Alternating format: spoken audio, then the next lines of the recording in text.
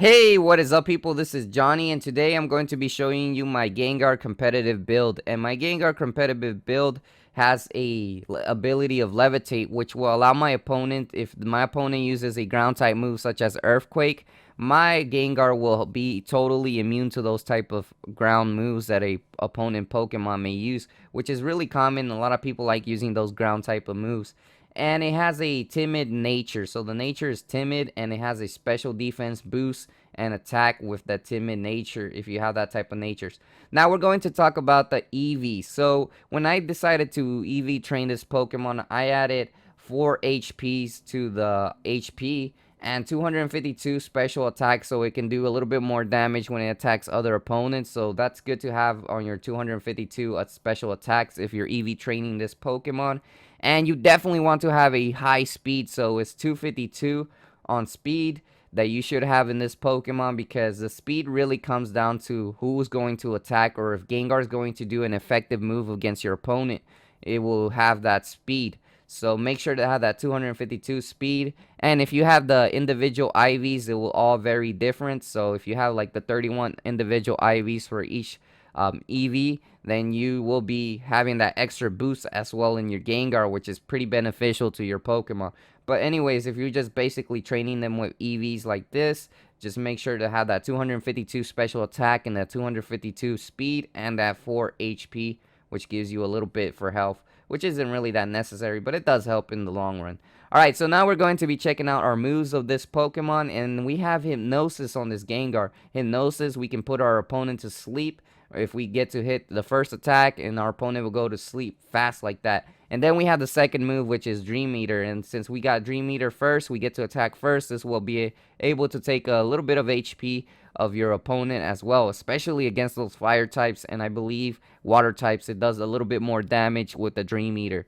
And we have Giga Drain. Now, why do I have Giga Drain? Well, basically, many people do not know, but Gengar can actually learn Giga Drain, and this is really good against water types such as Greninja or Swampert Pokemon like that. This will do a lot of damage against them if you want to go ahead and use that. It's a really good thing to have a Giga Drain. Now, the final one is the Shadow Ball, which is pretty cool. The Shadow Ball will go against Pokemon who are weak against Ghosts, so it's a really good idea to have that Shadow Ball for your Pokemon. Now, the next thing that I want to show you is that your Pokemon can have two different items that I recommend using. It's all up to your personal preference. We're going to go into our bag, and I'm going to show you that we have this item called the Big Root. This item is actually pretty good to have because Big Root is an item that is held by a Pokemon. It boosts the power of HP stealing moves, so the holder recovers more HP. So this item will allow you to get more health when you use Dream Eater or Giga Drain. This will definitely help you a bit in attacking the opponent, and it also gives you more HP recovery when you're using this with Gengar. Now, this is your personal preference. If you want to use Big Root, you can go ahead and use the Mega Evolution of Gengar, which might actually boost a lot of different stuff for the Gengar as well.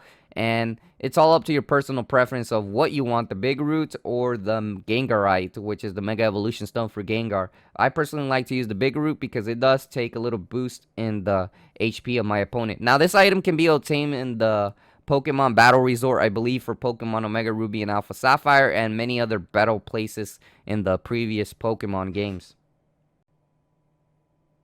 Alright, so now I'm going to show you a battle where I actually use Gengar in my opponent's battle. Now, my opponent used some couple legendary Pokemon, but Gengar managed to take out 3 of them in a row.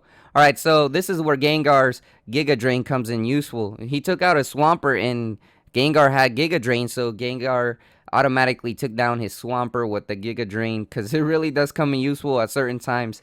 And for this Pokemon, he took out his Blaziken in a second, and I decided to use Hypnosis. Now, that was actually a fail because my Pokemon did not manage to hit him the first time, and he did do a little bit of damage against my Gengar, but my Gengar managed to survive its hit.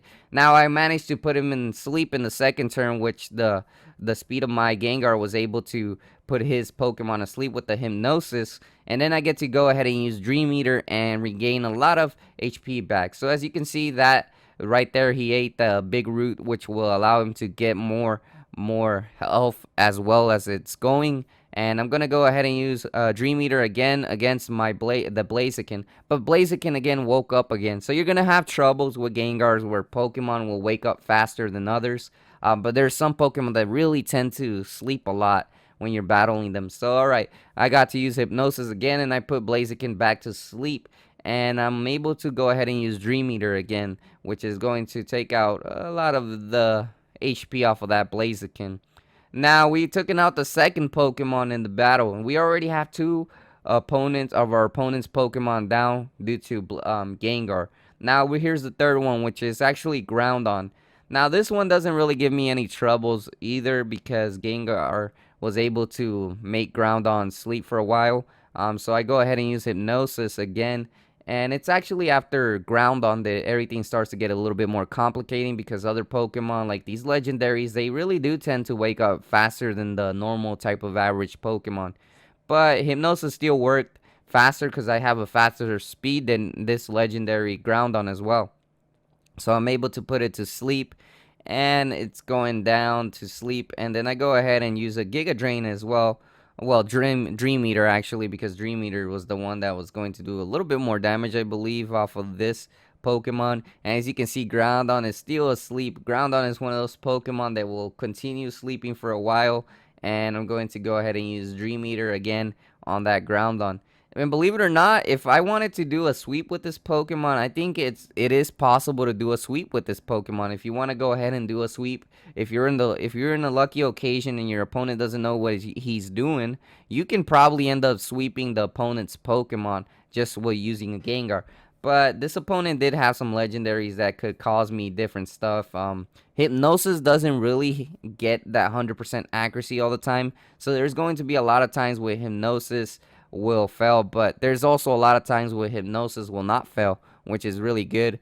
That's the only drawbacks about it, that Hypnosis sometimes will miss, but pretty much almost all of your times when you're in the battle, Hypnosis will manage to get that hit on the opponent's Pokemon.